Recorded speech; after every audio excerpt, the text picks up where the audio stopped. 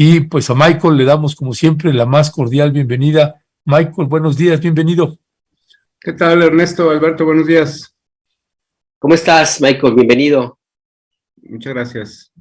Pues, mi estimado Michael, mientras están, pues ya luego otros temas, nos pasó el tema de Ayotzinapa y pareciera que quedó así como relegado después de que estuvo aquí la comisión, el grupo interdisciplinario de expertos independientes, la conferencia quedó, después de la conferencia que dieron, quedó atrás opacado con el tema de la guacamaya y los Sedena Leaks que han estado saliendo, y estás abordando sobre estos temas, y fin al pacto de impunidad. Mire, cuando uno lo lee, si lo lee uno en el sexenio de Felipe Calderón, pues dices, pues sí, tiene todo el sentido. Si lo lee en el sexenio de Enrique Peña Nieto, pues sí, tiene todo el sentido. Pero leerlo en el sexenio del presidente Andrés Manuel López Obrador, pues no tiene tanto sentido, por lo menos de lo que uno se espera o se imagina con la llegada de una administración y de un presidente que como el que tenemos actualmente, pero que parece ser que también pues las Fuerzas Armadas pues es otro monstruo grande y también sigue pesando muy fuerte, Michael. Sí, efectivamente. Mira, lo que ha salido del Sedena Leaks, bueno, ya lo comentaban ayer los abogados en la mesa, no necesariamente es cierto, ¿no? Te digo, tampoco es que el ejército sea el mejor defensor de la verdad, y habría que, pero me parece que sí hay elementos que tendrían que ser investigados, para ver si son ciertos o no, porque son graves, ¿no? Todo lo que vamos viendo es grave. Estos señalamientos de la vinculación de políticos, pues de todos los partidos, pero también de Morena, con el crimen organizado, lo que señalan de Dan Augusto, etcétera. No podemos dejar de lado el hecho de que el ejército también es un actor político y tiene intereses, pero justo por eso hay que investigarlo, ¿no? No podemos darnos el lujo de no investigarlo, porque finalmente sí son el tipo de cosas que pasan en este país, ¿no? Y a mí me parece que es importante retomarlo, como para dar un paso atrás y ver en perspectiva qué es lo que nos está pasando, y desde y qué es lo que genera la violencia y esta sensación de corrupción, de impunidad, y esta frustración de que nada avanza, ¿no? Y a mí me parece que no hemos podido superar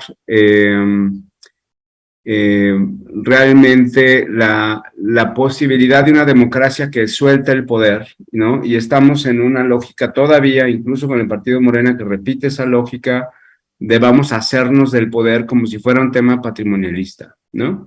Es decir, ahora nos toca a nosotros, o vamos a usar la ley a nuestro favor, o vamos a usar las instituciones a nuestro favor, y me parece que es un mal de todos los partidos.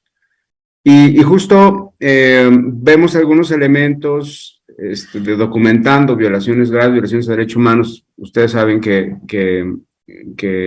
parte de lo que me dedico es documentar casos de desaparición forzada, o desaparición por particulares, que hoy en día ya no hay diferencia. Y justo lo que encontramos en estos fenómenos es que siempre hay un elemento de colusión, o por parte del Ministerio Público, o de la policía, o del ejército, o del presidente municipal, o del gobernador en turno, que hace posible que estos grupos persistan, generen terror, hagan el crimen y aumenten sus ganancias, ¿no?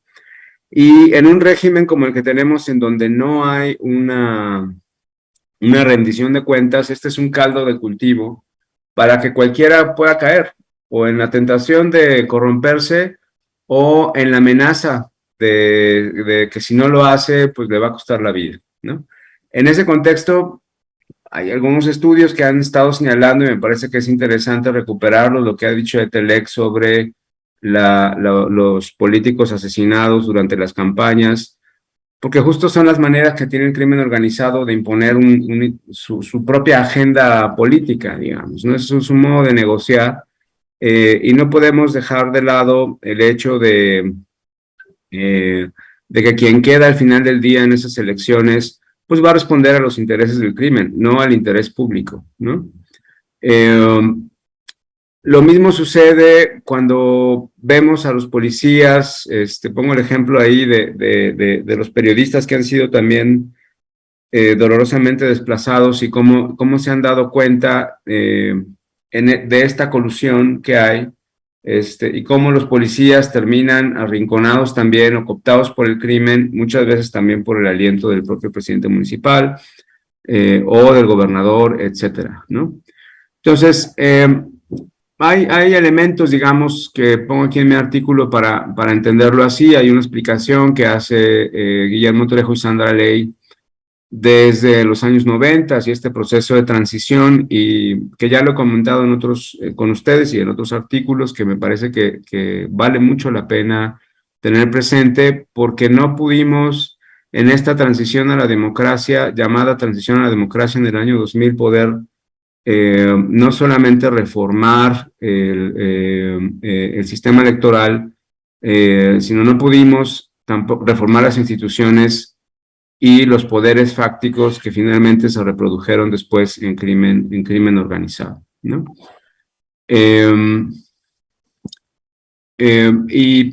Hoy volvemos a hablar del tema de la justicia transicional, la importancia de mirar qué es lo que realmente ha sucedido en el país, ya no solo en la guerra sucia, evidentemente ya no solo en Ayotzinapa, sino entender este fenómeno que nos viene ocurriendo desde hace 15, 16 años, en esta nueva etapa de violencia y de violaciones graves de manera generalizada que estamos viviendo ahora, ¿no? Entonces, vale la pena dar una vuelta atrás y mirar cuál es la calidad de nuestra democracia en términos de cómo realmente generamos transparencia, cómo generamos un régimen de rendición de cuentas, y cómo hacemos mucho más horizontal la posibilidad de tomar decisiones en lo que nos atañe de manera colectiva, ¿no? Y algunas cosas que creo que son importantes y propongo aquí en el artículo, para empezar a discutir cómo destrabar esta colusión que hay entre políticos y crimen y algunos empresarios, ¿no? Tiene que ver justamente con la posibilidad de que las personas puedan, los electores, las comunidades, puedan como ejercer su decisión, su voluntad y rendir cuentas a sus representantes, ¿no? Algunas cosas como, por ejemplo, descentralizar los servicios básicos de educación, de salud, de seguridad, de justicia, ¿no? De agua, de electricidad. Es mucho mejor tener una policía local fortalecida a que venga una policía federal, o mucho peor, la Marina o una policía militar a tratar de mejorar las condiciones de convivencia a nivel local. Eso ya lo hemos hablado también, pero eso también pasa porque haya un control territorial a nivel local, ¿no? Si no hay un control sobre el territorio desde lo local, pues esto se entrega o a las empresas o al crimen, ¿no? Y las comunidades, bueno, pues es parte de lo que se quejan, sobre todo las comunidades indígenas, ¿no? Creo que ya tenemos que plantearnos la idea, la propuesta de reconocer los regímenes autonómicos indígenas y sus territorios, ¿no? Fortalecer sus normativas en esta misma lógica de hacer mucho más horizontal la participación, la decisión y la democracia, ¿no? La obligación de referéndum, consulta e iniciativa popular de manera regulada en cada elección y en los 3 niveles de gobierno, para que sea un ejercicio cotidiano de todos. Esto, mira, voy a poner el ejemplo que no me encanta de Estados Unidos, porque no creo que sea la mejor democracia, pero sí por lo menos rinde más cuentas que la nuestra. En cada elección, cada vez que se vota por un gobernador, por un senador, por un presidente, al mismo tiempo hay una serie de votaciones que tienen que ver hasta cuáles van a ser los consejeros de la escuela en tu distrito, ¿no? ¿Qué piensas sobre la legislación para desregular la marihuana, ¿no? Por poner un ejemplo. Entonces, las boletas de votación en Estados Unidos son un libro. No es una hoja impresa con las caras de los representantes, sino con un montón de decisiones que la gente toma de manera cotidiana y está asumida. Insisto, no es el mejor ejemplo porque también hay un bipartidismo y en muchos sentidos hay también un patrimonialismo del poder por parte de sus partidos, pero al menos es mucho más, rinde mucho más cuentas que nuestra propia democracia en México, ¿no?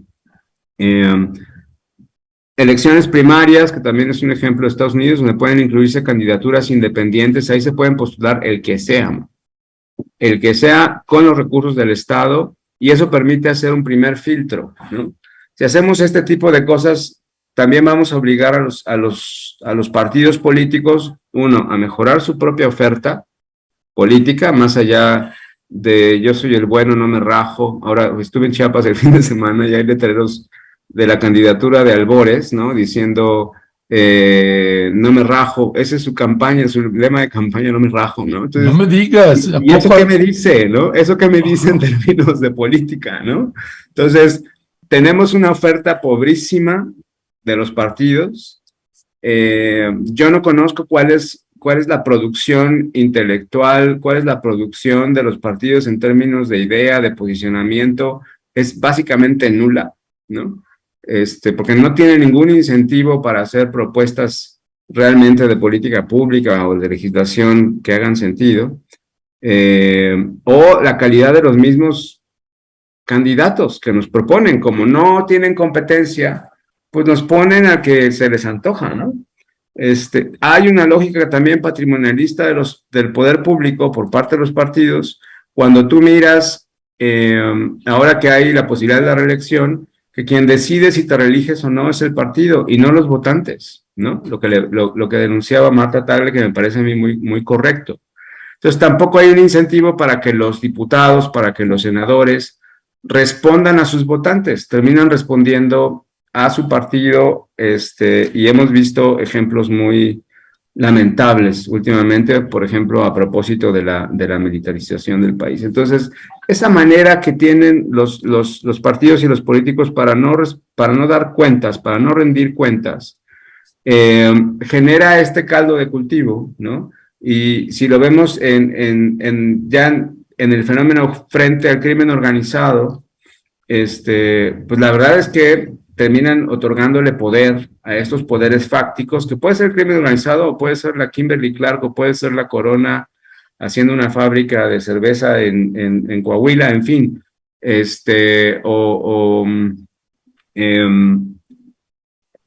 y la gente despojada de su patrimonio, de sus territorios, sin posibilidad de realmente, una posibilidad real de defender y tomar decisiones en el nivel local, ¿no? Entonces, lo que digo en este artículo es que no podemos dejar de lado la agenda de seguridad y justicia si no tomamos también en cuenta la agenda y la calidad de nuestra democracia. Y esto pues no lo van a hacer los partidos, porque todos los partidos de una u otra manera se benefician de este pacto de impunidad, aunque estén enojados entre sí. No lo van a hacer ellos, lo tiene que hacer la sociedad civil, y tenemos que hacer propuestas concretas para poder hacer la presión suficiente para que estas cosas cambien, ¿no? Por ahí. Sí, Michael, en tu artículo una de las tesis que manejas es que parte del problema o de la solución para estos problemas, particularmente el tema de impunidad y violencia, es aplicar la justicia transicional. Y cuando leía tu artículo, me recordé más bien a la que hoy es ministra de la Suprema Corte, Loretta Ortiz, a quien el entonces presidente electo López Obrador le encargó que hiciera un modelo de justicia transicional que sería el eje rector de su propuesta de justicia y seguridad ya una vez en el gobierno de la República. ahora que tú la planteas que es una de las necesidades para combatir la impunidad, entiendo entonces, bueno, es claro pues que no se ha aplicado este modelo de justicia transicional. ¿Cuál es tu lectura? ¿Por qué no se pudo o no se ha querido hacer, llevar a cabo esta propuesta que se trabajó, se presentó el proyecto, inclusive fue hasta aprobado, entiendo, por el presidente electo, y pues nada, Loretta Ortiz ahora es ministra de la Corte, y de su proyecto ya no se supo nada. ¿Cuál es tu lectura? ¿Por qué? ¿Por qué no se ha logrado hacer o no se ha querido hacer? Yo creo que también ahí hubo un cambio de opinión, Alberto. Cuando el presidente no tomaba posesión aún, cuando era presidente electo, se generaron estos procesos. De hecho, hubo una serie de foros por todo el país con Loretta Ortiz, para discutir justamente, sobre todo con colectivos de víctimas, con organizaciones de la sociedad civil, qué tendría que ser este proceso de transición. Pero mira, esta agenda necesariamente estaba atravesada por la necesidad de atacar la corrupción, reducir la impunidad, y eso en algún momento dado se prefirió mejor no tocarlo. Si uno mira cuál ha sido el desarrollo en este sexenio, en estos rubros, están ausentes. Y sí, digamos, el cierre más dramático de cómo pues, nos rendimos y ya a la justicia, pues fue el caso de Ayotzinapa, pero no ha habido ningún proceso justo de mecanismos, de crear mecanismos anticorrupción, antiimpunidad en el país, y honestamente muchos pensamos que esa es la causa fundamental para que siga cometiéndose los crímenes en este nivel. Ahora, una agenda de justicia transicional también es una agenda política. Tiene que modificar las estructuras de poder que generan estos crímenes, o esta posibilidad del crimen, de la colusión, etcétera. Y a mí me parece que todavía no estamos listos, o no estamos queriendo modificar este régimen que es ausente en términos de rendición de cuentas. Gracias, Michael. Pues se nos acaba el tiempo ya, Michael, ya son las 10. Nada más quisiera añadir, y si pudieras ahí dar una pincelada final sobre estos dos puntos que colocas también, que me parecen importantes. Elecciones primarias donde puedan incluirse candidaturas independientes con la misma oportunidad que las partidistas, y garantizar a los representantes populares la prerrogativa de la elección y no a sus partidos, para alentar el vínculo de los primeros con sus electores y quitarles el uso patrimonialista del poder político a los segundos. Y esto, minuta que estamos leyendo esto, piénselo ahorita en Partido Morena o en cualquier otro partido, en el PRD, en el PAN, en el PRI, etcétera. Pues nadie de ustedes elige ningún candidato. Es más, ni siquiera los militantes de esos partidos eligen los candidatos. Lo elige la dirigencia o quién sabe quién que mande ahí, ni siquiera las bases de esos partidos. Ya todos hemos tenido la experiencia, Michael, de los candidatos independientes, y a lo mejor la gente tiene una referencia distinta de cómo lo estás planteando, cómo quisiéramos imaginarlos. ¿Cuál es tu punto desde ahí, Michael? Mira, a mí me parece que tenemos que buscar los ciudadanos cómo hacer posible que los puestos públicos sean puestos de servicio. Y eso tiene que ver con quién pones ahí, ¿no? A ejercer ese servicio. Y muchas veces hay muchas trabas para poner a las personas, pues que las comunidades, por ejemplo, preferirían, ¿no? Mira, el caso de Marichuy es un buen ejemplo, ¿no? Que fue impulsada desde abajo por movimientos indígenas, vinculadas al zapatismo, etcétera, pero era una expresión popular de una candidatura que no fue posible porque el sistema no está preparado para eso. O sea, todo el sistema, mira, te lo digo así, el artículo 39 de la Constitución dice que la soberanía radica en el pueblo. Y en el 40 te dice, sí, pero a través de los partidos, ¿no? Y ahí ya nos puso una pared, porque son los partidos los que terminan decidiendo a nombre de. Ese es el gran problema, ¿no? Entonces, cuando yo digo candidaturas independientes es abrir ahí sí la competencia política, que eso va a obligar a que los partidos pongan a mejores candidatos, ¿no? Y mejores propuestas. Y por otro lado, dar la posibilidad que movimientos sociales, sobre todo piénsalo a nivel local, porque normalmente pensamos a nivel presidencial, pero piénsalo a nivel de presidentes municipales, a nivel de diputados locales, que las mismas organizaciones puedan poner a gente que conocen, ¿no? Y que tienen una historia de servicio con el pueblo, en fin, y que no necesariamente tienen que estar ligados a ningún partido, ¿no? Entonces, ese ejercicio de acercar la toma de decisiones a la gente, no solamente a la hora de votar, sino a lo largo del proceso de toma de decisiones, es lo que tenemos que empezar a modificar, porque de esa manera le vamos a amarrar las manos a los políticos. Si se quieren reelegir, pues van a tener que rendirnos cuentas a los electores, no a su partido, ¿no? Si se quieren postular, pues bueno, van a tener que tener una historia que nos convenza, ¿no? Y no poner, por ejemplo, de candidato al ganadero Canter en Margaritas o en Comitán, ¿no? O sea, que persiguió a los indígenas en una zona indígena, ¿no? Es verdaderamente increíble. Entonces, eso va a mejorar la calidad, creo yo, de quién se postula, por qué se postula, y, insisto, la rendición de cuentas. Hay que pensar cómo descentralizar el poder, Ernesto, Alberto, porque todo ha sido el presidente, ¿no? Y en esa lógica el presidente ha terminado acumulando también, en una lógica también de centralización del poder, al grado que la seguridad pública ahora está en manos del ejército, cuando eso debería estar en manos de las mismas comunidades, lo decíamos la semana pasada en la mesa, ¿no? Ese ejercicio de poder decidir a nivel local qué es lo que mejor le conviene a cada uno, creo que tiene que ver más con democracia que lo que tenemos ahora. Si me permites una última pregunta, Ernesto, rapidísimo, porque descentralizar el poder, el presidente lo ha concentrado mucho. México es un país presidencialista, pero ahora tenemos a un presidente que recupera hasta casi la presidencia imperial.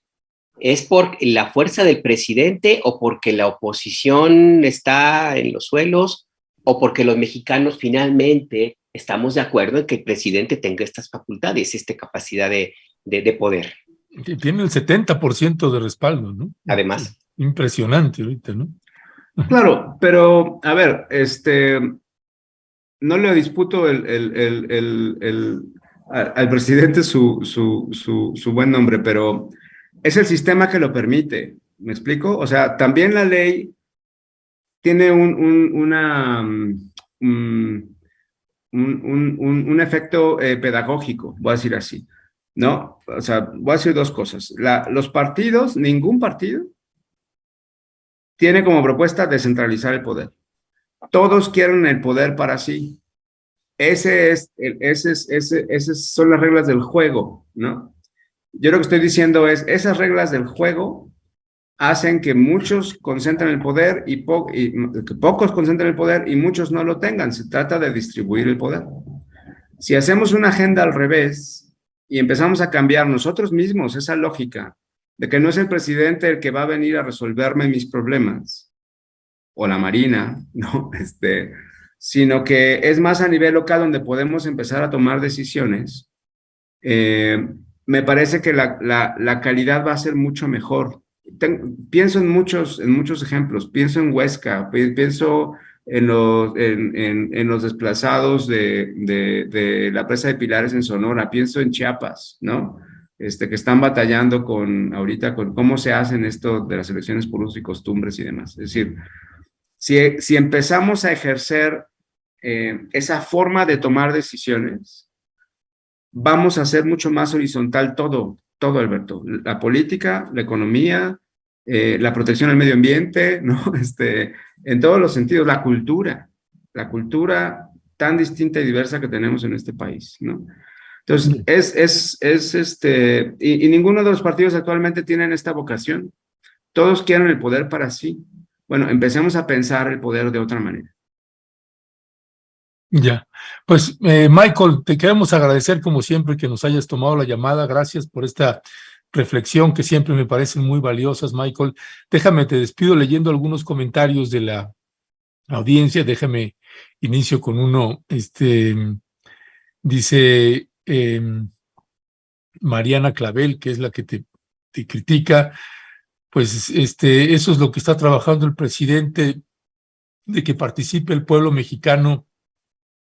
No digas que es lo mismo con este gobierno, cómo te contradices. Dice Antonio Mayén, Jorge Mayén, perdón, Antonio, el buen funcionalismo del gobierno existe algo que se llama el criterio de oportunidad. Y también Mayén dice, de acuerdo con Chamberlain, el fin de la democracia no es conseguir el poder, por el contrario, creo que es dotar de poder, capacidades al ciudadano para que pueda valorar su vida, si vive bien o mal, dice Jesús Antonio Echavarría. Román, además, el narco es una fuente de trabajo en el campo, es el negocio más productivo y triunfante del sistema capitalista. Jorge Alberto Vargas, que se use la falacia de la sociedad civil como argumento, habla de la pobreza de la intervención, porque los partidos no son parte de la sociedad. Rommel Andrade, la rendición de cuentas en este gobierno no es el fuerte en este gobierno. Ledesma, tienes que escuchar lo que te dijo Monedero, la opción zapatista es una burbuja. Mire, Antonio, déjeme decirle nada más así brevemente, lo que dijo Juan Carlos Monedero era una enorme ignorancia la que exhibió, pero no era el espacio, no era el tema del zapatismo y no podíamos desviarnos de ahí, ¿no? Y ya hablaré en otro momento a qué nos estamos refiriendo, y no se trata de que entonces los zapatistas tienen razón y López Obrador no, o viceversa, no, estamos colocando cosas que tienen un sentido de profundidad mayor. Yo lamenté el nivel de la ignorancia y del infundio de Juan Carlos Monedero, y sobre todo del insulto a John Holloway. Fue algo muy desafortunado de parte de Juan Carlos Monedero, pero habrá tiempo y momento para platicar de eso en otro espacio, y ahí en la FIL no era el tema, por eso no podíamos seguir abordando más al respecto. Y Sacil Carreras, ese vato está perdido, dicen de Michael, acaba de debatir con el argumento de que el pobre es pobre porque quiere. ¡Qué barbaridad! No todo el mundo puede resolver sus circunstancias con esfuerzo. En fin, pues son parte de los comentarios.